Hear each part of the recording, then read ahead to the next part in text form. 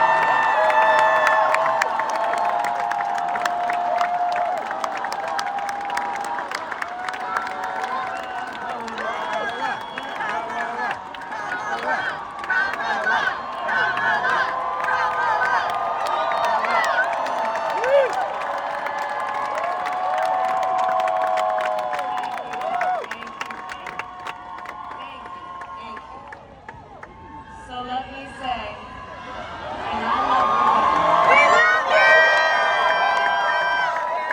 So let me say, my heart is full today. My heart is full today, full of gratitude for the trust you have placed in me, full of love for our country, and full of resolve. The outcome of this election is not what we wanted, not what we fought for, not what we voted for, but hear me when I say, the light of America's promise will always burn bright. As long as we never give up, and as long as we keep fighting.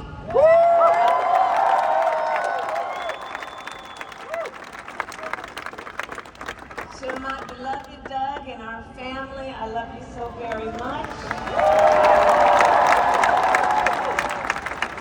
To President Biden and Dr. Biden, thank you for your faith and support. To Governor Walz and the Walz family, I know your service to our nation will continue.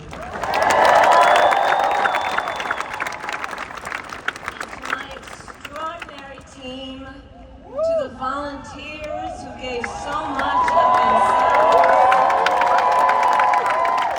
to the poll workers and the local election officials, I thank you all. But I am so proud of the race we ran, and the way we ran it.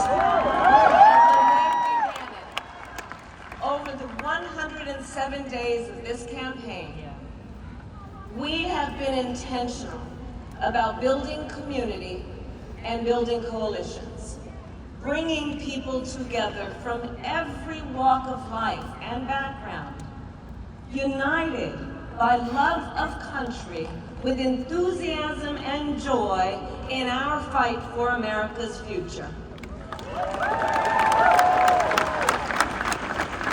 And we did it with the knowledge that we all have so much more in common than what separates us. Now I know folks are feeling and experiencing a range of emotions right now. I get it. But we must accept the results of this election. Earlier today, I spoke with President-elect Trump and congratulated him on his victory. I also told him that we will help him and his team with their transition, and that we will engage in a peaceful transfer of power.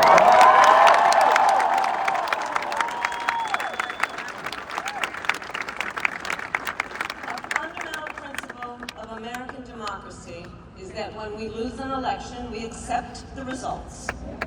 That principle, as much as any other, distinguishes democracy from monarchy or tyranny. And anyone who seeks the public trust must honor it. At the same time, in our nation, We owe loyalty not to a president or a party, but to the Constitution of the United States.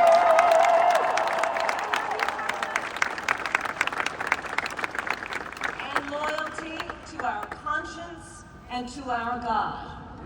My allegiance to all three is why I am here to say, while I concede this election, I do not concede the fight that fueled this campaign.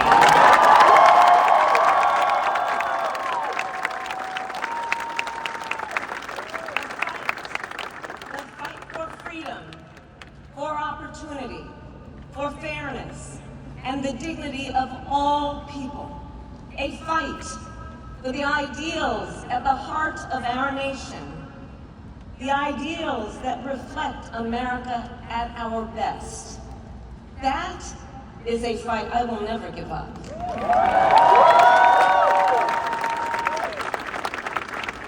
I will never give up the fight for a future where Americans can pursue their dreams, ambitions, and aspirations, where the women of America have the freedom to make decisions about their own bodies.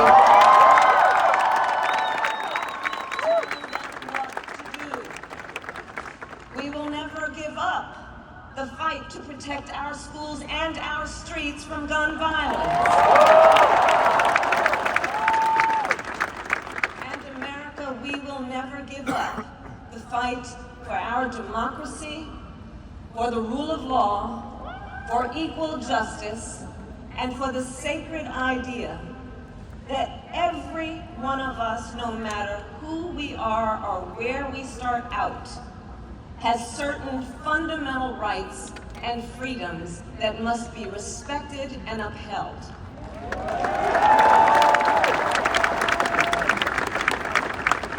And we will continue to wage this fight in the voting booth, in the courts, and in the public square. And we will also wage it in quieter ways, in how we live our lives, by treating one another with kindness and respect. Amen. By looking in the face of a stranger and seeing a neighbor. By always using our strength to lift people up, to fight for the dignity that all people deserve. The fight for our freedom will take hard work. But like I always say, we like hard work. Hard work is good work. Hard work can be joyful work. And the fight for our country is always worth it. It is always worth it.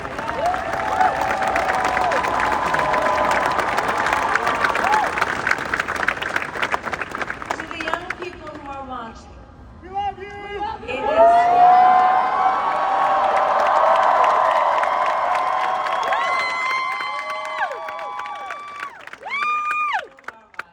is okay.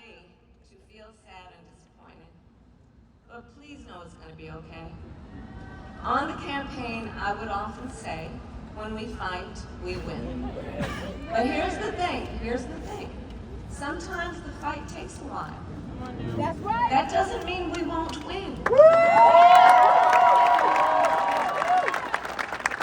important thing is don't ever give up. Don't ever give up. Don't ever stop trying to make the world a better place. You have power. You have power. And don't you ever listen when anyone tells you something is impossible because it has never been done before.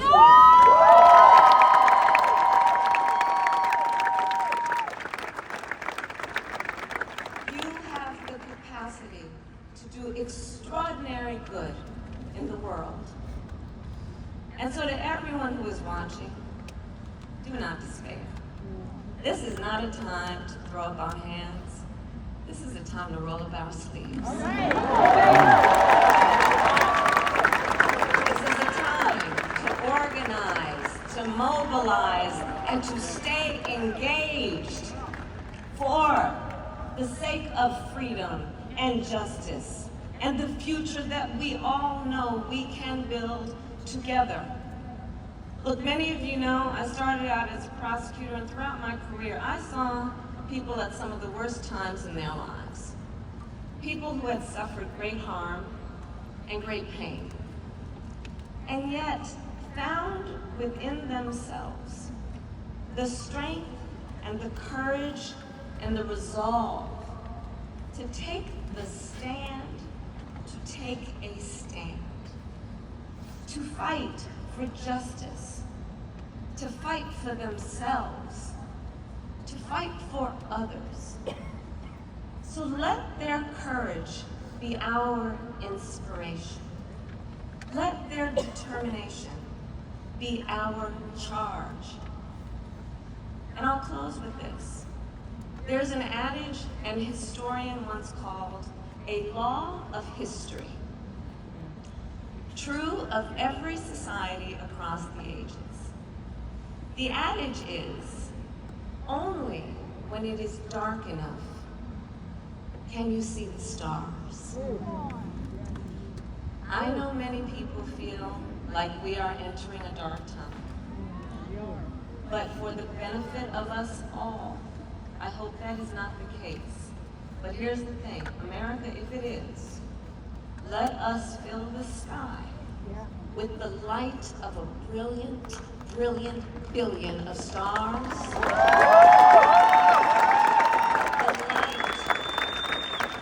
The light of optimism, of faith, of truth, and service.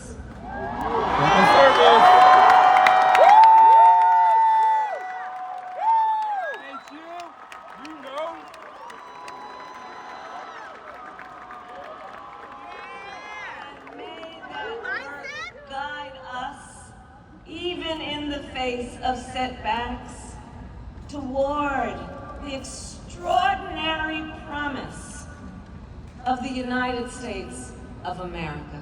I thank you all. May God bless you, and may God bless you.